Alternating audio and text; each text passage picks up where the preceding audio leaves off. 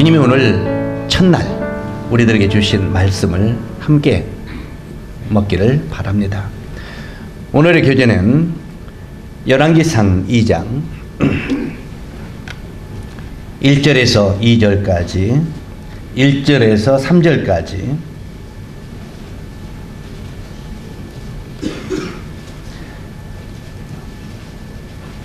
같이 읽도록 하겠습니다.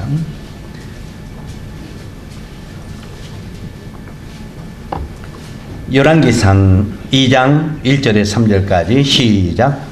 다윗이 죽을 날이 임박하매 그의 아들 솔로몬에게 명하여 이르되 내가 이제 세상 모든 사람이 가는 길로 가게 되었노니 너는 힘써 대장부가 되고 내 하나님 여호와의 명령을 지켜 그 길로 행하여 그 법률과 계명과 율례와 증거를 모세 율법에 기록된 대로 지키라. 그리하면 내가 무엇을 하든지 어디로 가든지 형통하리라. 여기에 이 말씀은 이제는 이스라엘의 성군이었던 이 성군 알죠? 성군이었던 이 다윗이 이 죽을 때 아들 솔로몬에게 유언을 남기는 장면입니다. 바로 이 유언이라고 하는 말은 정말 꼭 필요하고 그걸 지켜야 될 그런 것들을 유언이라고 말하지 않아요. 그런데 이 유언이 이 솔로몬에게 남겨지는데 어떤 유언을 남겼느냐. 그 유언은 먼저 다윗이 죽을 날이 임박함에 그 아들 솔로몬에게 명령했다. 유언했다는 말입니다. 그러면서 이 세상 모든 사람이 가는 길로 이제 나도 가게 된다. 나도 죽게 된다 그 말이죠. 죽게 되니 너는 힘써 대장부가 되고 이렇게 말합니다. 한번 따라서 하세요. 너는 힘써 대장부가 되고. 자, 그냥 너는 사람이 되라, 좋은 왕이 되라 그렇지 않고 대장부가 되라고 말합니다. 이 대장부라고 하는 말은 마음을 강하게 하고 힘을 강하게 하는 사람을 말하죠. 그러면 왜 이 다윗 왕이 아들 솔로몬에게 대장부가 되라고 하느냐면 이 다윗은 아들에게 중요한 교훈을 남겨주고 싶었던 것입니다. 그것이 뭐냐면은 이제 그 성전을 세우는 일입니다. 그래서 오늘 제목은 성전이 세워지기 위해서 이런 제목으로 말씀을 드리기를 원하는데 이 다윗은 하나님의 성전을 짓는 것이 그의 일생일 때 꿈이었습니다. 하나님의 성전을 지어서 하나님께 봉헌하고 싶은 것이 다윗의 일생일 때 꿈이었다는 말입니다. 그래서 이 다윗은 이제 이 성전을 지키기 위해서 여러 가지 준비를 열심히 했습니다. 저 먼 나라에서부터 재료를 가지고 오고 또 그 성전을 지키기 위하여 이제는 이 헌금도 많이 모았습니다. 그런데 이 다윗은 자기 자신이 먼저 이 성전을 지키기 위하여 헌금을 했습니다. 이 성경에 보면 다윗이 성전을 지키기 위하여 헌금한 내력들이 기록되어 있는데 금 3,000 달란트, 뭐 은 몇천 달란트, 뭐 이렇게 쭉 나옵니다. 거기에 보면은 이 다윗이 헌금하면서 자기가 한 것이 전부 기록이 되어 있어요. 우리가 때때는 헌금을 할 때 우리는 은밀히 해야 된다고 하는 말을 많이 합니다. 또 은밀히 하는 것이 성서적이라고. 그렇습니까? 성경에 헌금을 은밀히 하는 것이 성서적이라고 하는 말은 한 구절도 없습니다.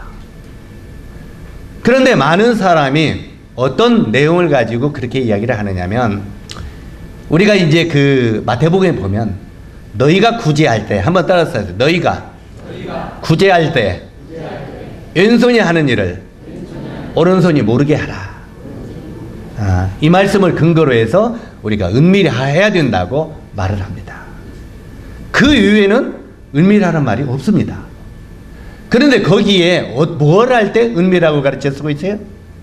구제할 때. 헌금할 때를 말하지 않고 구제할 때 이렇게 말하고 있습니다. 우리는 구제를 헌금으로 바꿔서는 안 됩니다. 구제할 때 이렇게 되어 있어요. 그리고 이 성경에 보면은 이 헌금할 때 그 다음에 나타난 것들이 있는가 한번 보십시다. 우리 과부가 헌금함에 연보했죠. 주님이 얼마 했다고 그랬어요? 엽전? 그럼 나타났어요? 안 나타났어요? 주님이 은밀히 하기를 원하시면 왜 그 과부의 헌금을 주님이 공개했어요? 그가 엽전 2의 돈을 헌금했다고. 누가 말했어요? 주님이 말했어요. 은밀히 하는 것이 하나님의 뜻이고 주님의 뜻이라면 주님이 왜 자기가 입으로 광고합니까? 그렇지 않아요? 실제로는 우리 주님은 광고가 되든지 안 되든지 그건 별로 의미가 없다는 것입니다. 이해가십니까? 그래서 우리 형제자님들이 연보를 할 때 알게 하거나 모르게 하거나 이것은 성서적으로 의미가 없다고 하는 것을 기억하시기 바랍니다. 그럼 뭐가 중요하느냐? 마음의 즐거움으로 할지니라 이렇게 되어 있어요. 따라서 하세요. 너희가 연보할 때 마음의 즐거움으로 할지니라 이렇게 가르치고 있어요. 이해가십니까? 억지로나 인색함으로 하지 말라. 억지로 인색하지 말고 인색하게 하지 말고 즐거움으로 하라. 그러면 이건 어떻게 하든지 상관이 없다고 하는 것을 가르치고 있습니다. 자, 그뿐만입니까? 바나바가 연보했죠? 사도들의 발 앞에 내놓았죠? 뭘 팔아서요? 사도행전 전에 자기 밭을 팔아서 그 값을 모두 사도들의 발 앞에 넣어 놓으니라. 그래서 그가 권 있는 자라 칭함을 받으니라. 밥 팔아서 통도리째 내놓은 게 기록되어 있어요? 안 됐어요? 기록되어 있어요. 성경에. 그리고 이 구약에 보면은 다윗이 성전을 짓는데 자기가 금 몇 탈란트, 은 몇 탈란트, 뭐 몇 탈란트, 얼마를 내가 하나님 앞에 드렸노라. 이렇게 기록되어 있어요. 자기가 이걸 드렸다고. 자, 그러면서 너희들도 드리라. 다윗 왕이 그랬어요. 그러니까 천부장이 얼마를 드리고 제사장이 얼마를 드리고 무엇 얼마를 성경에 쭉 기록이 되어 있어요. 전부. 은밀히 되어 있어요? 기록이 되어 있어요. 성경이 그것이 잘못됐다고 기록한 말은 하나도 없어요. 그러니까 우리가 때때로는 이 성경을 내 생각대로 왜곡시켜서는 안 된다는 것입니다. 때때로 우리는 말씀대로 한다고 하면서 말씀을 막 왜곡시키는 거예요. 내 생각대로, 내가 편한 대로. 그것은 하나님 앞에 그건 아름다운 것이 아닙니다. 성경이 그러하면 우리는 그분의 말씀에 따라서 순종하면 그분이 책임을 지는 겁니다. 이해가십니까? 자, 여기서 지금 제가 이야기가 어문대로 흘러갔습니다만 여기에 이 다윗은 성전을 지키기 위하여 자기가 먼저 드리고 열심히 이 성전을 지키를 갈구했어요. 이게 다윗 왕의 꿈이었기 때문에. 그런데 이렇게 열심히 준비해서 거의 다 성전을 준비를 끝냈는데도 하나님이 다윗을 통해서 성전을 지었습니까? 안 지었습니까? 안 지었습니다. 뭐라고 했느냐면 다윗에게 너는 군인인 거로. 다윗이 뭐라고요? 군인. 너는 군인인 거로 피를 너무 많이 흘렸다. 피를 많이 흘렸다는 말은 너는 사람을 너무 많이 죽였다 그 말이야. 너는 군인인 거로 피를 너무 많이 흘렸으므로 내가 너를 통해서는 하나님이 임재하는 성전을 지치 않겠다 그랬어요. 참 이 말을 들었을 때 다윗이 낙담과 자질이 왔겠어요? 안 왔겠어요? 그것이 자기 일생의 꿈이었는데 자기를 통해서 성전을 짓지 않겠다고 하니까 이 다윗이 얼마나 정말 낙담했겠습니까? 그러면서 하나님이 다윗에게 뭐라고 했습니까? 나는 내 아들 솔로몬을 통해서 내가 성전을 짓겠다. 이렇게 말을 합니다. 그런데 이 말을 받은 다윗은 그대로 순종합니다. 하나님 알았습니다. 하나님이 그렇게 하시기를 원하시면 그렇게 되기를 원하나이다. 그래서 이 다윗은 하나님의 마음에 합한 자라고 성경에 말하고 있는 것입니다. 다시 말해서 우리는 때때로 내 생각과 하나님의 말씀이 안 맞을 수 있어요, 없어요? 내 생각은 이렇게 하고 싶은데 하나님은 이렇게 하라고 하는 게 있잖아요. 그러면 내 생각과 하나님의 생각이 다를 수 있다고 말해요. 그런데 우리들은 어떤 것이 하나님을 기쁘게 하는 것이냐? 내 생각에 맞지 않더라도 하나님이 그렇게 말씀하시면 그렇게 하겠습니다. 이게 하나님의 마음에 합한 자라는 것입니다. 이해가십니까? 바로 여기에 이제 이것을 순종하게 두면서 이제는 이 다윗이 죽을 때가 됩니다. 이제 맞아면은 이 땅을 떠날 날이 다가왔다고 말이에요. 다가오니까 다윗이 죽을 날이 임박함에 그 아들 솔로몬에게 이제는 유언을 남기죠. 아들 솔로몬아, 너는 마음을 강해하고 담대하라. 그리고 너는 힘써 대장부가 되라 하고 유언을 남깁니다. 그러면서 왜 네가 대장부가 돼야 되느냐? 네가 할 일은 엄청난 일이 남아있다 그 말입니다. 그래서 네가 해야 될, 치러야 될, 겪어야 될 이 엄청난 일을 하기 위해서는 너는 장부가 돼야 된다는 것입니다. 그게 뭐였느냐면, 우리가 이 말씀을 잠깐 접어두면은, 이제 솔로몬을 통해서 하나님이 성전을 지었는데, 조금 땡겨가지고요. 지었는데 이 성전은요, 그 후에 이스라엘 백성들이 죄 가운데 빠질 때마다 성전이 엄청난 순환을 받았습니다. 이상합니다. 이 성전은 누가 임재하는 것이에요? 하나님이 임재하는 것입니다. 그런데 이스라엘 백성들이 죄에 빠지면 뭐가 순환을 받아요? 성전이 순환을 받았습니다. 참 이상하잖아요. 죄 가운데 빠지면 그들이 순환을 받아야 되는데 성전이 순환을 받았어요. 이 말은 오늘날 우리에게 적용시킨다면은, 우리가 구원받은 그리스도인으로서 하나님을 영화롭게 못하고 세상의 죄 가운데 빠지고 세상 사람들에게 비웃음을 당하고 새 사람들에게 조롱거리가 되면은 내가 부끄러운 게 아니라 누가 욕을 먹어요? 하나님이 욕을 먹는다는 거예요. 우리 때때로 용주 형제가 좀 죄송합니다, 못된 짓을 했어. 그러면은 좀 욕심을 내더니 못된 짓을 했어. 그럼 사람들이 뭐라고 말합니까? 용주 너 왜 그런 잘못을 했어? 이렇게 말합니까? 뭐라고 말을 해요? 저 예수 믿는 것이 그래 안 그래요? 저 하나님 믿고 예수 믿는 자가 그래 안 그래요? 왜 내가 잘못하는데 하나님이 욕을 먹습니까?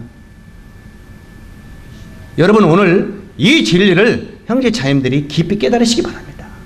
나는 곧 그리스도의 몸이기 때문에 그렇습니다. 이해 가십니까? 너희는, 따라서 너희는 나의 몸이라. 우리는 성찬을 나눌 때만 몸 대신 주님 감사합니다 이렇게 하라는 게 아닌 거예요. 우리는 성찬할 때만 나의 몸 대신 주님 막, 이것은 정말 주님을요 부끄럽게 만드는 거예요. 정말 내가 이 몸에, 주님의 몸에 함유되어 있다면 나의 모든 생활, 나의 하는 모든 말, 나의 모든 생각이 하나님과 연관되어 있다는 겁니다. 이해 가십니까? 그래서 우리가 때때로 누구를 욕하고 누구를 비방하고 누구를 판단하고 욕하고 막 이렇게 할 때, 또 내가 욕심을 내고 죄를 빠질 때 저 예수 믿는 것이 이렇게 나옵니다. 왜냐하면 우리가 정말 주님의 몸이기 때문에 그렇습니다. 그래서 오늘 이 말씀을 염두에 두면서 이 몸된 교회가 얼마나 귀중한가를 우리가 기억해야 됩니다. 나로 말미암아, 따라서 하세요. 나로 말미암아 예수님이 욕을 먹을 수 있구나. 이걸 깊이 생각하세요. 그래서 항상 내 자신이 예수님을 욕먹이지 않냐는 그런 삶을 사는 건 중요합니다. 적어도 우리가 어떤 소리를 들어야 되겠습니까? 아이고, 용주는 저 예수 믿더니 달라. 이 소리는 들어야 되잖아요? 그래 안 그래요? 예수 믿는 용주, 이것보다는 정말 용주는 예수 믿더니 달라. 뭔가 달라도 달라. 한번 따라서 하세요. 저 사람은 예수 믿더니 뭐가 달라도 달라. 이 소리 들어야 되지 않겠어요? 그래 안 그래요? 그래야 내 몸을 통해서 우리 주님이 영광을 받는 것입니다. 나의 하는 말, 나의 하는 행동, 이것으로 말미암아 우리 주님이 욕을 먹게 돼서는 안 된다는 것입니다. 바로 여기에 이스라엘 백성들이 죄 가운데 빠질 때 하나님의 임재하시는 성전이 순환을 받았다는 것입니다. 이걸 우리는 꼭 기억하시기 바랍니다. 왜 그렇습니까? 이것은 실제로 우리 주님이 이 땅에 오셔가지고 제자들하고 이제 성전 옆을 지나갔죠. 그때 제자들이 성전을 자랑했어요, 안 자랑했어요? 주여, 저 성전이 얼마나 아름답습니까? 그 안에는 금으로 만들어놨어요. 그렇기 때문에 굉장히 아름답죠. 저 성전이 얼마나 아름답습니까? 그러니까 우리 주님이 뭐라고 했습니까? 너희가 이 성전을 헐라. 너희가 이 성전을 헐라. 내가 사흘 안에 이렇게 세우리라. 그 소리를 듣고 있던 서기관과 바리새인들이 예수님을 돌로 치려고 했어요. 왜 치려고 했습니까? 이 성전을 지금 몇십 년을 가르쳐서 이렇게 진 건데 이것을 헐어내면 며칠 만에 진다고요? 3일 만에 진다니까 말이 돼야 안 돼요? 말이 안 되니까 예수님을 돌로 칠렀어. 말도 안 되는 소리 한다 그 말이죠. 그러니까 이것은 주님이 하신 말씀은 무엇을 뜻하는 것입니까? 바로 예수님의 십자가의 죽음과 부활을 이야기하는 것입니다. 다시 말해 이 성전을 헐라 하는 말은 내 몸이, 성전된 내 몸이 죽으면, 없어지면 이 주님의 몸은 성전입니다. 우리들도 그 안에 속해 있고요. 그런데 이 성전이 헐어지면, 죽으면 그 말이에요. 3일 만에 다시 세워진다는 말이에요. 우리 주님의 육체가 십자가에 죽었습니다. 죽어서 끝났다면, 우리 죄를 위하여 십자가에 죽었다면 우리들도 소망이 있어요, 없어요? 없습니다. 우리는 때때로 우리 주님이 나를 위하여 죽으시고 나를 위하여 참 죽으시고 막 그러면 감사하다고 하죠. 그러나 우리 주님이 아무리 우리를 위하여 죽었어도요, 죽어서 끝났다면 우리는 소망이 없는 거예요. 죽어서 끝나는 사람 믿어봐야 뭔 소망이 있어요. 그런데 우리 주님은 3일 만에 부활하셨어요. 그래서 우리 형제 자매님들이 예배 시간에 예배 드릴 때도 십자가의 죽으심만 기억해서는 됩니다. 뭘 기억해야 돼요? 주님이 나와 함께 죽었으면 이제는 눈을 들어 부활의 새 소망을 위하여 나아가라는 거예요. 부활의 소망이 있어야 내 모든 삶을 그분의 나라를 위하여 드릴 수 있다는 겁니다. 그런데 우리들은 십자가에 죽으신 예수님 감사합니다, 거기서 끝나. 그러니까 신앙의 진보가 있어요, 없어요? 없는 것입니다. 그래서 이제는 십자가의 죽음과 한 걸음 더 나가서 놀라운 부활의 소망을 하여 나가라고 말.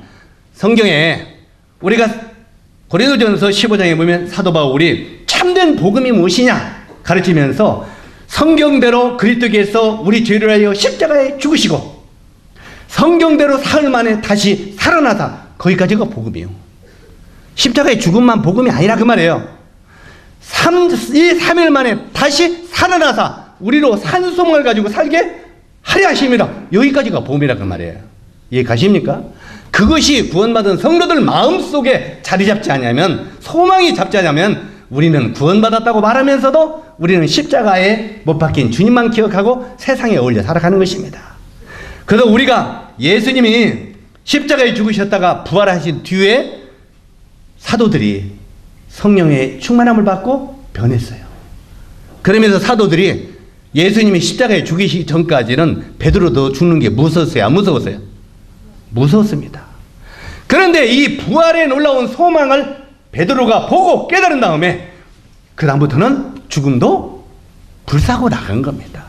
이 부활의 소망이 우리에게 있어야 된다 그 말이에요. 그래서 바로 여기에 우리 주님이 그 3일 만에 죽으셨다가 3일 만에 부활하신다고 하는 것이 내가 사흘 안에 내가 일으키리라 하는 말은 사흘 안에 내가 부활해서 하늘에 놀라운 소망의 성전을 너에게 주겠다 하는 그런 의미죠. 그리고 고린도전서 3장 16절에 보면 너희가 하나님의 성전인 것과, 한번 따라서 하세요. 너희가 하나님의 성전인 것과 하나님의 성령이 너희 안에 거하시는 것을 알지 못하느냐. 여기 보면 너희가 뭐라고요? 하나님의 성전이라는 거예요. 먼저는 우리 주님이 이 성전의 머리가 되시고 우리는 이 성전의 한 돌들이 된다 그 말이에요. 그래서 바로 이 주님과 우리가 함께 합하여 하나님이 임재하는 한 성전이 된다는 말입니다. 그래서 바로 이 성령이 너희 안에 거하시는 것을 너희가 알지 못하느냐 하고 말하고 있습니다. 사랑하는 형제 자매 여러분, 우리 마음속에서 역사하시는 성령의 소리를 우리는 잠식시켜서는 안 됩니다. 바로 이 성령을 소멸시킨다는 말은 내 안에서 역사하시는 이 성령의 소리를 우리는 자꾸 거슬리면 안 된다는 거예요. 우리는 때때로 성령이 내 양심을 통해서 말을 해도 에이 아니야 하면서 거절하지요. 그러면 결국 내 마음 안에 있는 성령이 소멸됩니다. 소멸되면 나도 똑같이 세상적으로 육신적으로 살아가는 것입니다. 그러나 내 안에 성령을 충만케 하고 그분이 나의 항상 교통케 할 때 우리는 성령의 충만함을 살고 그분과 함께 살아가게 된다는 것입니다. 우리가 전에도 계속 이 성령에 대해서 공부할 때 뭘 배웠습니까? 성막은 설계도요, 성전은 모형도요, 교회는 본체, 그러므로 구약은 그림자요, 신약은 뭐라고 했습니까? 신약은 본체라고 말씀을 드렸습니다.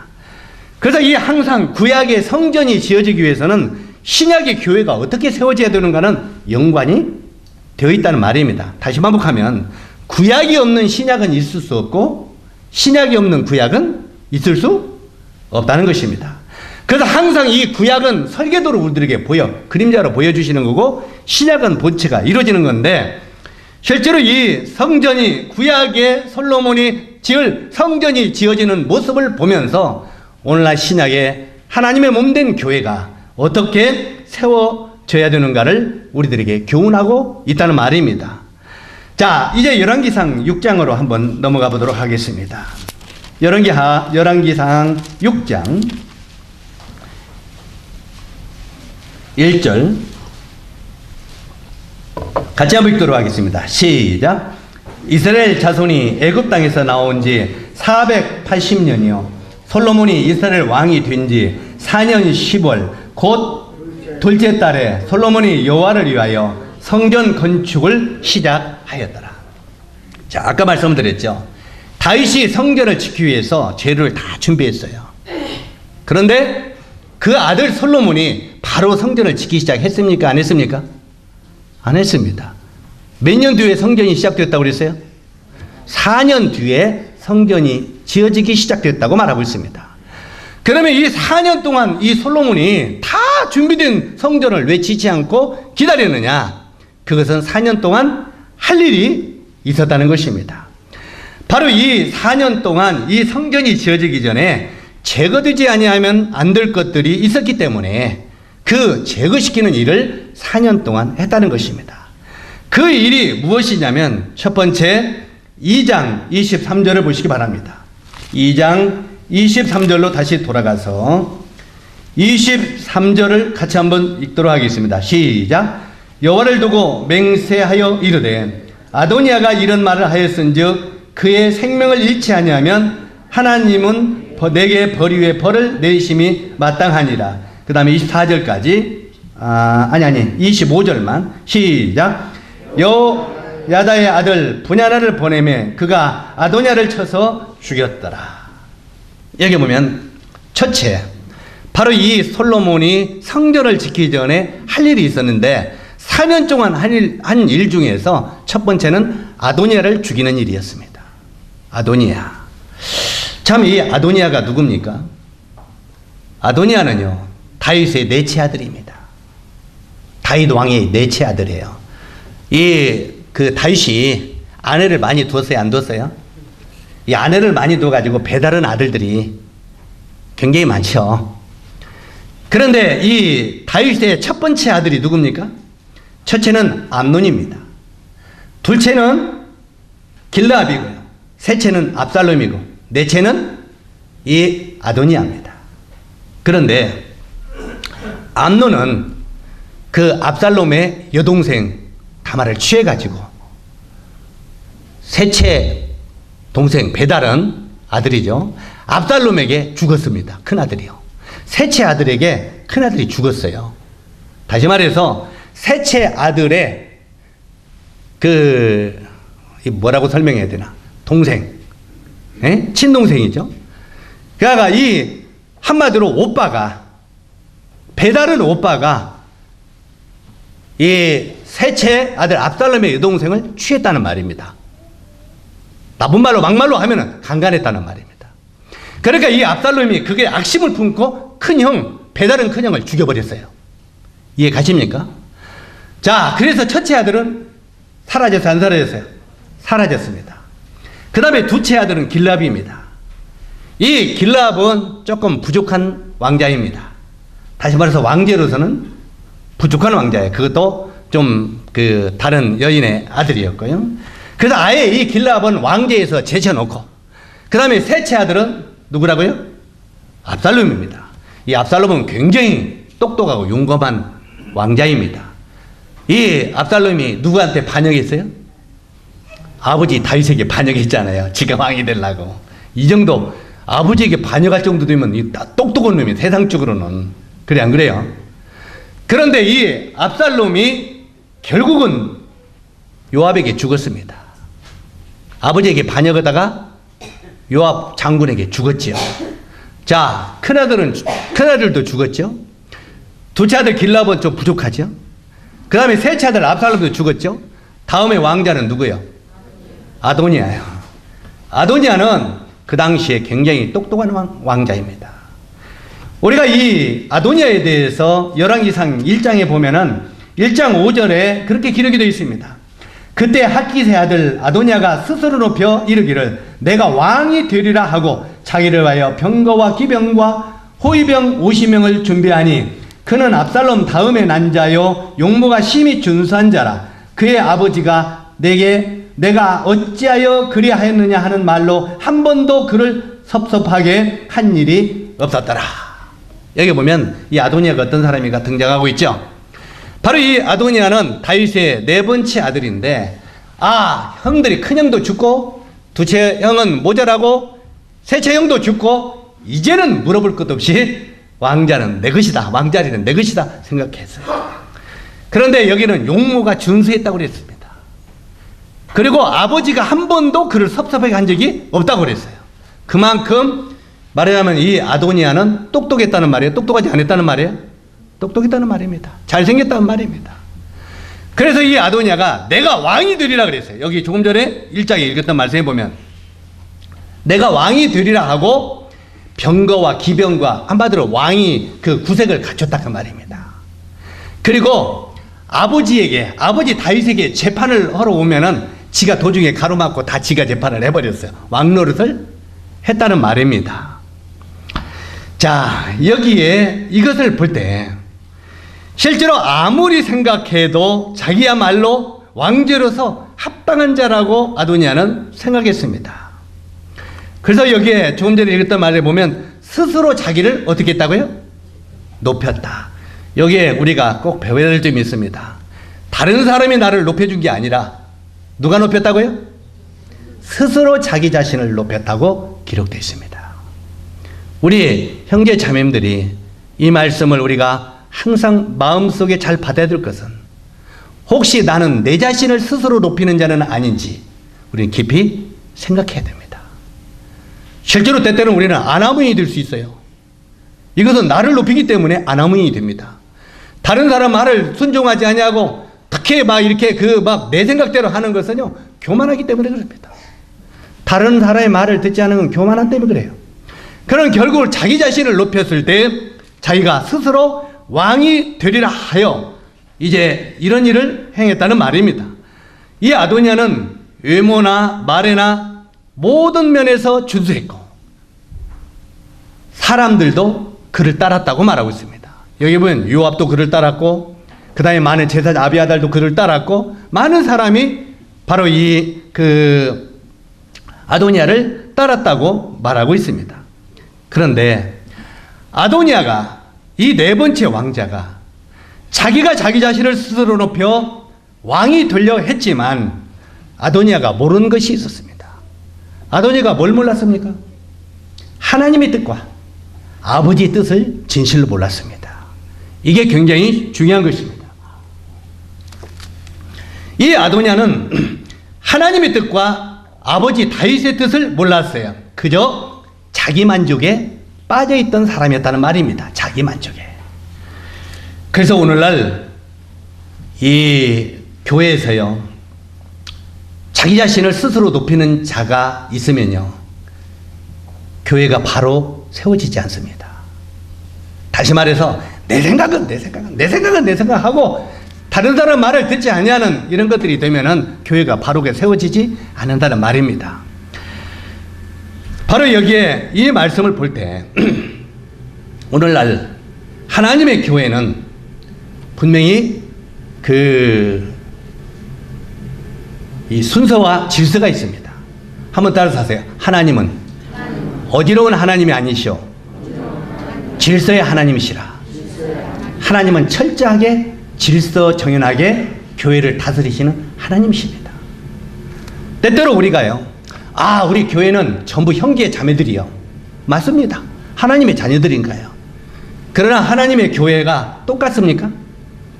아닙니다. 우리가 이 가정에도 한 가정에도 형제가들은 똑같이 형제들입니다. 그래 안 그래요? 똑같이 형님 동생이에요. 그러나 보이지 않는 유기질서가 있어요 없어요? 막둥이가 큰형한테 아이 형 말은 그거 안 맞아. 내 말대로 해야 돼. 그러면 유기질서가 어떻게 바뀌어요? 지금 한 내용을 이야기했지만 계속 그런 상태라면 그 가정은 파괴됩니다. 그래 안 그래요? 때때로 형이 조금 부족할 수 있어요 없어요? 연약할 수 있어요. 그러나 그 형에게 때때로는 가정의 가장으로서 순종하고 따르고 전부 의견이 팽팽하면 형님 생각은 어떻소? 형님의 생각대로 하시면 좋겠습니다. 이것이 유기질서를 정리하는 길입니다. 그래 안 그래요? 실제로 분명히 가정에는 형과 동생은 계급은 아닙니다. 계급이 아니에요. 계급은 아니지만 유기질서는 있어요 없어요? 때때로 큰형은 그 가정의 부모 역할을 하는 것입니다. 그래서 이런 것들이 바로 유기질서를 정립하는 것인데 하나님의 교회도 마찬가지입니다. 하나님의 교회 너희는 다 그리스도 안에 형제들입니다. 하나님의 자녀들이고요. 하나님의 백성들이고. 그래 안 그래요? 그렇습니다. 그러나 이 교회는 하나님의 교회를 다스리고 교회를 치리하기 위해서 하나님은 직분을 주시고 위치들을 세우신다고 말하고 있습니다. 그래 안 그래요? 우리가 사도행전 20장 28절에 보면 너희는 자기를 위하여 또는 온 양떼를 위하여 삼가라. 성령이 저들 가운데 너희로 감독자를 삼고 하나님이 자기 피로 사신 교회를 치게 하셨느니라. 성령이 너희 가운데 뭘 삼는다고요? 감독자를 삼는다는 거예요. 감독자는 장로지요. 근데 이 감독자를 삼고 하나님의 피로 구원함을 받은 교회를 어떻게 하신다고요? 치게 하신다는 거예요. 치게 한다는 말은 그들을 돌아보게 하고 가르치고 세우게 하고 유익되게 하신다는 것입니다. 그래서 성경에 보면 젊은 자들아 너희 장로들에게 순종하라 하고 말하는 것입니다. 때가 되면 너희를 높이시리라. 한번 따라서 하세요. 젊은 자들아 너희는 장로들에게 순종하라. 때가 되면 너희를 높이시리라. 어떻게 되면 너희를 높이신다고요? 때가 되면.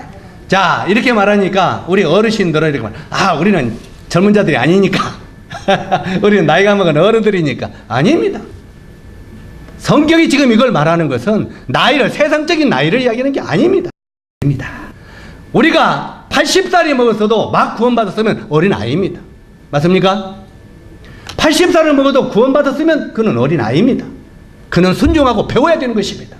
이해 가십니까? 그런데 나는 80이 됐으니까 목에 힘이 들어가서 말을 안 듣고 그것은 불순종입니다. 이 성경에 말하는 연륜은 바로 그리스도 안에서 말하는 것입니다. 하나님은요 우리가 몇 살 먹었다고 그걸로 평가하지 않아요. 네가 구원받은 뒤 몇 살 되느냐, 하나님의 자녀가 된 지 몇 살 되느냐, 이걸 평가하시는 거예요. 이해 가십니까? 그래서 때때로는 내가 80 이야기하다 보니까 우리 인파도 부치님랑 연결되는 것 같은데 자, 이렇게 나이가 드신 분인데 때때로 30살 먹은 구원받은 지 20년 된 형제가 있어. 근데 내가 80살 먹었는데 5년뿐이 안 됐어. 그러면 20년 30살 먹은 형제에게 영적으로는 좀 배우고 따라야 돼요? 안 따라야 돼요? 따라야 되는 것입니다. 이해 가십니까? 이것을 유기질서라고, 교회 안의 유기질서라고 성경은 말하고 있습니다. 바로 성령이 너희 가운데 너희로 감독자를 삼고 하나님이 자기 피로 사신 교회를 치게 하셨느니라. 여기에 이 말씀을 볼 때 오늘날 이 장로들은 어떤 일을 해야 됩니까? 교회를 세우고 돌보도록 성령이 세우시는 것입니다. 성령이 그냥 장로들을 그냥 계급으로 세우는 게 아니라 교회를 돌보고 섬기도록 세운다고 말하고 있습니다. 우리가 에베소서 4장 12절에 보면은 바로 이 하나님이 은사를 가진 장로들을 세우는데 왜 장로들을 세우느냐면 이렇게 해서 세운다고 말하고 있습니다. 따라서 하세요. 성도를 온전케 하며 봉사의 일을 하게 하며 그리스도의 몸을 세우게 하려 하심이라. 자, 이 장로들을 세우는 이유가 성도들을 온전케 하기 위해서 장로들을 세운다는 것입니다. 가르치고 양육하고 돌봐서 성도들이 올바로 되게 돼. 그리고 때때로 어떤 일을, 봉사의 일을 하게 한다는 것입니다. 자, 우리 형제 자매들에게 이제 그 어떤 모임의 장로들이 그 봉사의 일을 자꾸 이렇게 좀 하도록 방해를, 에이, 우리 교회는 그냥 자꾸 그냥 봉사만 하라고, 나는 하기 싫은데. 그 무슨 얘기죠? 때때로는 이 주님이 장로를 세운 일은 봉사의 일을 하도록, 격려하도록 장로를 세우셨다는 것입니다. 그리고 하나님의 교회를 세우게 하려 하십니다. 이 주님의 몸을 바르게 세우게 하려고 이런 장로들을 세우신다고 말하고 있습니다. 실제로 이렇게 분명히 이 장로들은 인위적으로 세워서는 안 됩니다. 옛날에 존 코리안 형제님이 한국 장로 수양회 때 오셔서 첫 번째 교제에 제가 지금도 머릿속에 쟁쟁합니다. 그 쟁쟁이 뭐냐면, 그때 그런 형제님을 통해서 주님이 하신 말씀이, 여러분은 장로입니까? 장로 수양에 오셔서. 그러면 여러분은 하나님이 여러분을 장로로 세운 사람입니까? 아니면 스스로 장로 된 사람입니까? 이게 첫 시간에 교제했습니다. 다시 말해서 여러분은 하나님이 여러분을, 성령이 여러분을 장로로 세웠느냐, 아니면 여러분 스스로 장로가 되었느냐, 이게 첫 번 시간에 주제였습니다. 그러면서 성령이 여러분을 장로로 세웠다면 어떻게 세웠습니까? 세운 증거를 내보라 그 말이에요. 어떻게 세웠느냐. 그때 전국에 있는 장로들이 숨소리가 안 났습니다. 성령이 얼마나 강하게 역사하는지 부끄럽기도 하고요. 그래서 이 장로들은 성령이 세우는 것이 굉장히 중요합니다. 때때로 제가 이런 이야기를 많이 하죠. 우리가 때때로 장로로 세워가지고 장로의 일을 하는 것은 교파적입니다. 이해 가십니까? 장로로 세우니까 그때부터 장로 일을 했다, 이건 교파적이에요. 그러면 주님 안에 장로들은 어떻게 됩니까? 성령이 그들을 장로 일을 하게 하는 것입니다. 성령이 그들에게 장로 일을 하게 하는 사람을 세우는 것입니다. 같은 것 같지만 다릅니다. 다시 말해서 내가 장로로 세워지지 아니했다 할지라도 평소에 성령님 마음을 강권해서 교회를 돌아보고, 교회를 가르치고, 교회를 바로 세우고, 교회를 섬기고 봉사하고, 이런 장로 일을 계속 하게 된다는 것입니다. 이해 가십니까? 그런 사람들을 보고 그들을 장로로 세우는 것이다, 그 말이에요. 이해 가십니까? 우리 모임에서도 장로들 이야기에 이런 이야기를 했어요. 어떤 사람들은 그냥 그 형제인들이 일을 안 타가 장로로 세워지니까 그때부터 잘하대요. 집사로 세워지니까 그때부터 잘하대요. 그러면 집사로 안 세워질 때는 안 했다면 그건 인위적이죠. 그건 주님 안에 주님이 세운 것이 아닙니다. 이해 가십니까? 여기서 이 이야기는 집사에 대해서, 장로에 대해서 공부하기도 바쁘니까 그건 조금 대충 거기 알고, 여기에 보면은 지금 이 본문에 실제로 우리는 하나님의 성전이 되어지기 전에 바로 이런 장로들이 하나님이 세워졌는가를 기억해야 됩니다. 다시 말해서 장로로 성령님이 은사를 주시는 분은요, 계속 마음 가운데 뭔 생각이 오겠어요? 저 세상적인 노래 한번 해볼까요? 앉으나 서나 누구 생각? 에? 앉으나 서나 당신 생각 그런다고 했잖아요. 이 노래가 있잖아요. 그런데 적어도 하나님이 나를 교회의 일꾼으로 세우려면 앉으나 서나 무슨 생각이 오겠어요? 주님 생각이 와야 될 것입니다. 그래 안 그래요? 바로 이 주님의 몸된 교회를 어떻게 세울 것인가, 이 하나님의 몸된 교회를 어떻게 가르칠 것인가, 하나님의 몸된 교회를 어떻게 돌볼 것인가, 이 하나님의 교회를 어떻게 섬기면서 그들이 주님 앞에 바로 서게 할 것인가, 자나깨나 생각이 거기에 있을 것입니다. 뭔 말인지 이해가십니까? 그러면 주님이 그 일을 하도록 우리 마음속에서 역사하게 되는 것입니다. 그러면 그런 것들이 나타나게 되면 그를 장로로 세우게 되는 것이 정말 성령이 너희 가운데 감독자를 삼는다고 하는 말의 의미가 되는 것입니다. 그래서 이 본문에도 하나님의 성전이 세워지기 전에 먼저는 아도니아가 죽어야 됩니다. 이 아도니아는 자기가 스스로 뭐가 됐어요? 왕이 되리라 하고. 누가 되래? 왕이 되리라 하고. 자기 자신이 스스로 왕이 되리라 한 이 아도니아가 죽어야 하나님의 성전이 세워질 수 있다는 말입니다. 그 다음에 두 번째 2장 5절로 6절에 보면 요압이 나옵니다. 여기에 5절을 한번 보시기 바랍니다. 수레의 아들 요압이 내가 행한 일 이렇게 쭉 나오는데 이 요압의 행한 일은 나중에 설명하기로 하고, 그 다음에 6절에 보니까 내 지혜대로 행하여 그의 백발의 평안이 서울에 내려가지 못하게 하라. 다시 말해서 이 다윗이 마지막 유언을 남기면서 솔로몬에게 요압을 죽이라고 말합니다. 그는 성전이 세워지기에는 요압은 필요 없는 자다 그 말입니다. 그러면 이 요압이 누굽니까? 이 요압은 유능한 장군입니다. 그리고 용사입니다. 전사요. 싸움 잘하는 전사입니다. 실제로 이 다윗의 왕국이 세워지기 위해서는요, 이런 용감한 전사가 필요했습니다. 이 요압 같은 전사가 필요했는데, 그러나 이 요압의 문제가 어떤 거였습니까? 바로 이 다윗의 왕국이 세워지기 위해서는 이 요압은 없어서는 안 될 전사였고 용사였지만, 실제로 이 요압의 문제는 다윗의 생각과 자신의 생각이 일치가 되면 다윗 왕에게 복종했습니다. 그런데 자신의 생각과 맞지 않냐면 언제든지 다윗을 배반해 버렸습니다. 내 생각과 안 맞으면 다윗을 배반해 버렸어요. 이게 요압입니다. 바로 우리가 사무엘하 3장 22절로 30절에 보면은 이제 그 아브넬이라고 하는 사람이 나오지요. 이 아브넬은 이스보셋하고 이스라엘 왕이 되어 가지고 있다요. 근데 나중에 이 다윗에게 이제는 이 아브넬이 찾아와 가지고 이 이스라엘이 누구시오니까 이건 당신의 것 아닙니까? 이제는 내려와서 이 이스라엘을 당신이 차지하소서 이렇게 말합니다. 그런데 그때 이 아브넬이 옛날 요압의 그 누구를 죽인 일이 있어요. 전쟁을 하다가. 그래가지고 이 다윗 왕이 아브넬이 적인데 내가 너를 살려주고 은혜를 베풀겠다고 약속했어요. 살려주겠다고요. 그러니까 아브넬이 저기 와서 이제 다윗 왕의 말을 듣고 자기가 죽는다고 생각해서 안 죽는다고 생각했어요. 안 죽는다고 생각했어요. 살려준다고 했으니. 그래가지고 이 아브넬이 내려오는데 이 요압 장군이 어디 갔다 와가지고 다윗 왕이 요압을 살려줬고 보냈다는 소리를 들었어요. 그래 기분이 확 나빴어요.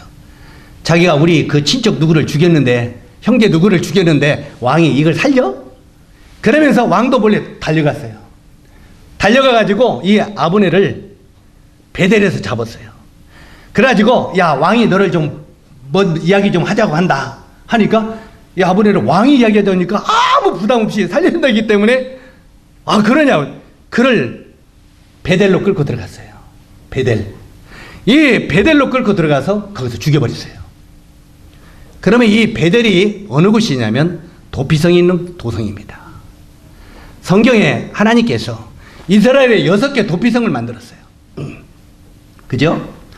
바로 이 도피성에는 살인자든지 누구든지 그 도피성 안에 들어가면 죽이지 못하리라 그랬어요. 이 도피성은 예수님의 그림자입니다.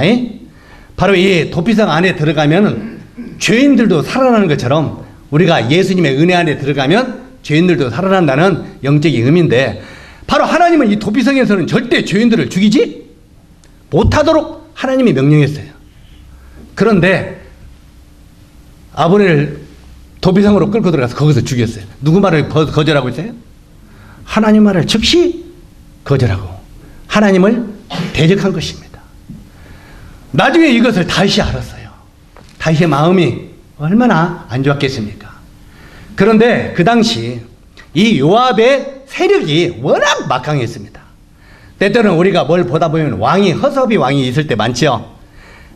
거기에 막 그 군권을 장악하고 있는 사람이 막 힘이 있으면은 막 왕을 막 무시하고 막 그러잖아요. 우리 역사에 이런 이야기 속에 많이 보잖아. 이거 드라마에도 나오고. 그것처럼 바로 이 요압이 아나문이고 그냥 그 군권을 장악하고 있으니까 다윗이 어쩔 수가 없어요.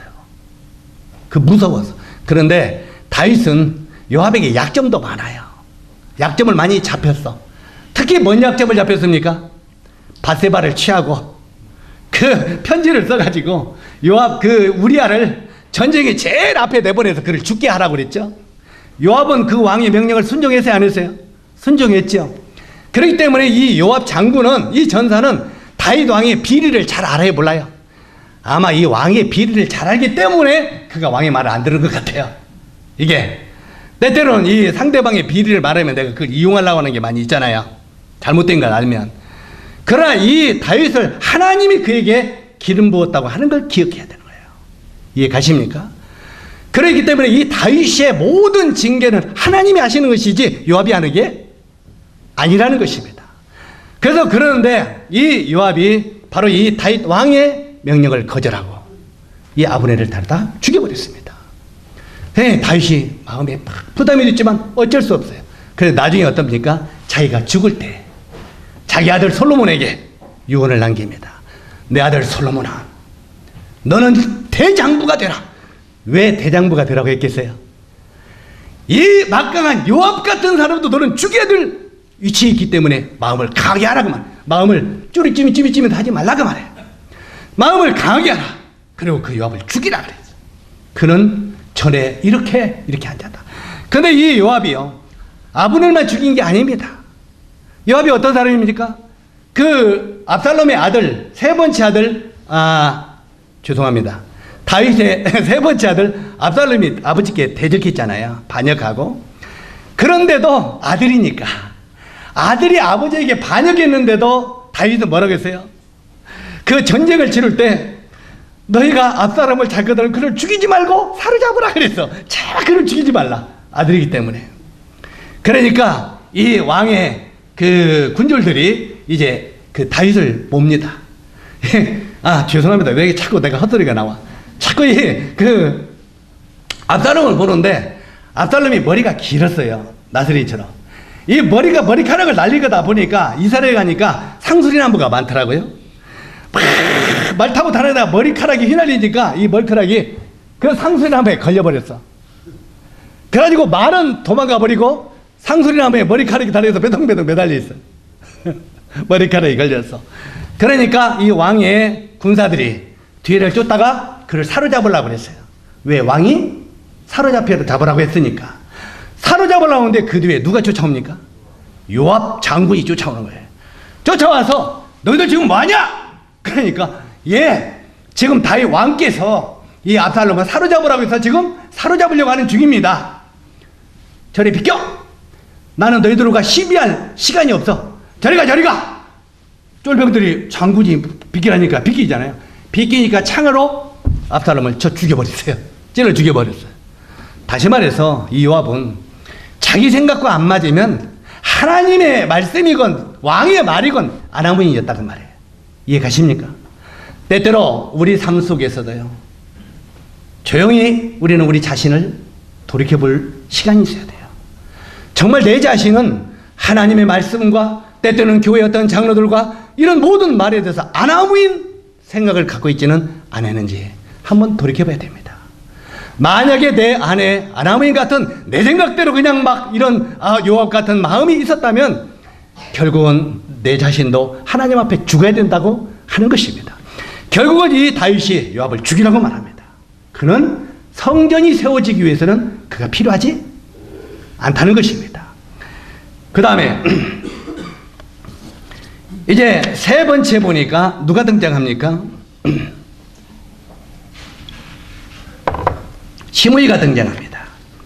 2장 8절로 9절까지 이렇게 말씀을 보면 이제 바오림 베냐민 사람 게라의 아들 시므이가 너와 함께 있으니 그는 내게 마나임으로 갈 때 악독한 말로 나를 저주하였느니라. 그러나 그가 요단에 내려와서 나를 영접함으로 내가 여호와를 두고 맹세하여 이르기를 내가 칼로 너를 죽이지 아니하리라 하였노라. 그러나 그를 무죄한 자로 여기지 말지어다.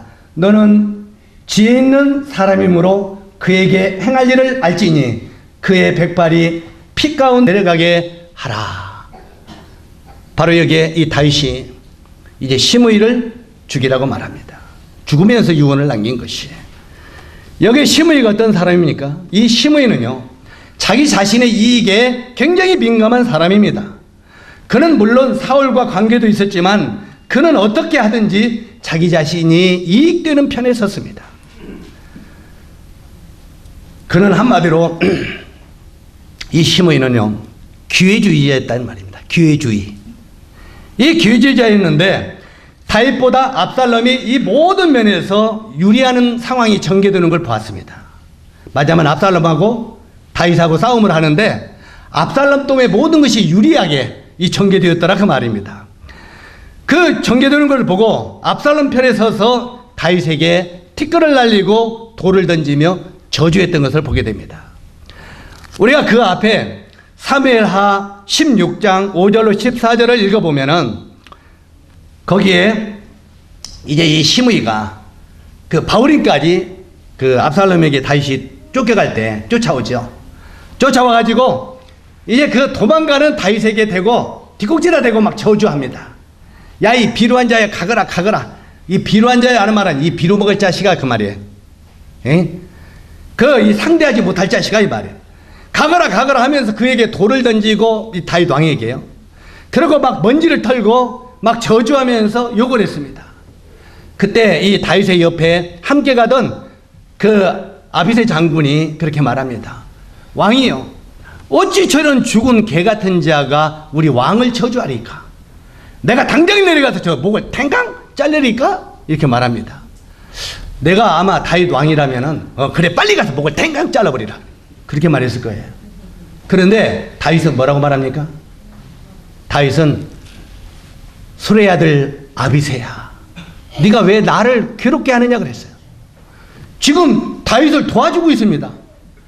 저주하는 그를 내가 가서 목을 정정 잘리리까 했는데 수레 아들 아비새야, 네가 왜 나를 괴롭게 하느냐. 그러면서 이 일로 말미암아, 지금 시므이가 나를 저주하는 이 일로 말미암아 하나님이 나를 불쌍히 여기실지를 네가 어떻게 아느냐 그 말이야.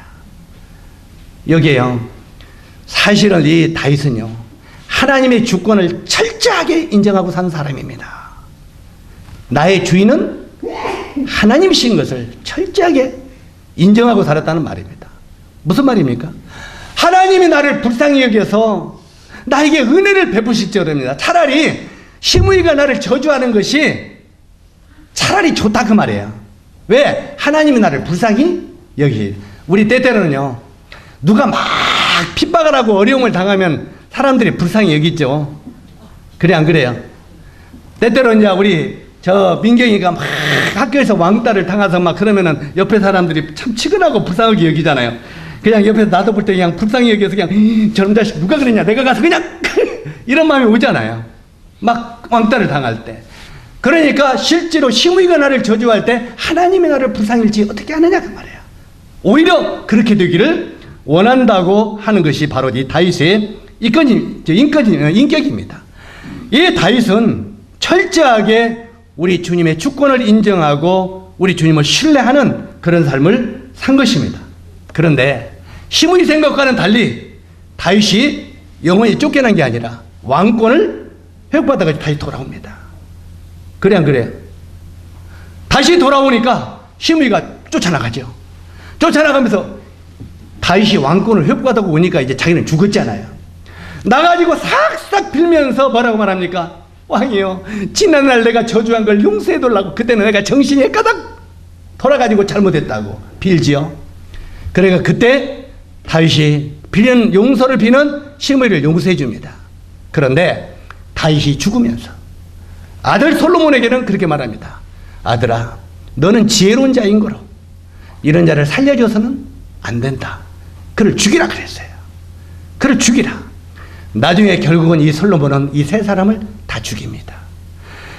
바로 이 세 사람을 다 죽이고 난 다음에 그 다음에 성전을 짓기 시작하는 것입니다. 이게 4년이라는 세월이 걸린 것입니다. 이해 가십니까? 4년 동안 이 세 사람을 죽이는 일을 바로 이 솔로몬 왕이 했다는 말입니다. 결국 이 성전이 세워지기 위해서는 이 세 사람이 죽어야 됐습니다. 다시 반복합니다만 그 기간이 4년이 걸렸다는 말입니다. 오늘날 하나님의 교회가 세워지는데 우리 자신들도 내 자신을 돌아봐야 됩니다. 혹시 내 안에 아도니아가 살아서 움직이지 않는지, 혹시 내 안에 요압이 살아서 움직이지 않는지, 혹시 내 안에 이 시므이가 내 안에 살아서 움직이고 있지 않은지 우리는 살펴봐야 됩니다. 그리고 내 안에 만약에 이 요압과 아도니아와 시므이가 내 안에도 똑같이 존재하고 있다면 얼른 이걸 잡아야 돼요. 가지고 어디다 갖다 죽여야 돼요? 예수 그리스도의 십자가에 장사 지내야 돼요. 이해가십니까? 성경에 보면 이렇게 말하고 있죠. 갈라디아서 5장 24절에 보면 그리스도 예수의 사람들은, 따라서 읽어주시기 바랍니다. 그리스도 예수의 사람들은 육체와 함께 그 정욕과 탐심을 십자가에 못 박았느니라. 자, 이건 이제 우리가 영적으로 받아야 된다 그 말이에요. 내 안에 살아서 움직이고 있는 이 세 사람을 바로 내 정욕과 내 탐심과 내 육체를 이제는 예수 그리스도의 십자가에 장사 죽여야 된다 그 말이에요. 바로 이 솔로몬에게 성년을 짓기 전에 이 세 사람을 죽이라 한 것은 바로 우리 안에 존재하고 있는 이 세 사람을 바로 우리는 예수님의 십자가에 장사 지내야, 그래야 참된 성전 곧 하나님의 교회가 바르게 세워진다고 하는 교훈입니다. 주님의 몸인 교회는 철저하게 다른 지체를 섬기도록 세워져 있는 것입니다. 실제로 다른 지체를 섬기도록 창조된 것임을 우리 형제 자매님들은 명심해야 됩니다. 우리 주님도 이 땅에 오실 때 섬기러 오셨습니다. 맞습니까? 제자들은 어땠어요? 서로 누가 크냐 싸움하는데 국급했어요. 네가 크냐 내가 크냐, 네가 잘났냐 내가 잘났냐. 그런데 우리 주님은 그런데 관심 없으시고 제자들의 발을 씻었어요.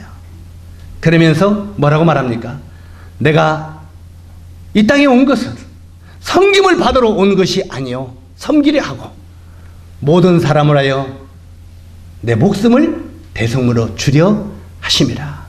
이게 우리 주님 오신 목적입니다. 바로 우리 주님은 철저하게 우리들을 섬기러 오셨고 섬기다가 하늘나라에 올라가셨습니다. 그리고 너희들은 섬김을 받는 자가 되지 말고 섬기는 자가 되라고 우리들에게 남기고 올라가셨습니다. 이해가십니까?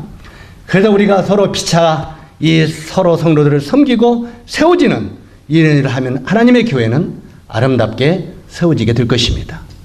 이 말씀이 우리 형제 자매들에게 은혜가 되기를 바랍니다. 기도하겠습니다.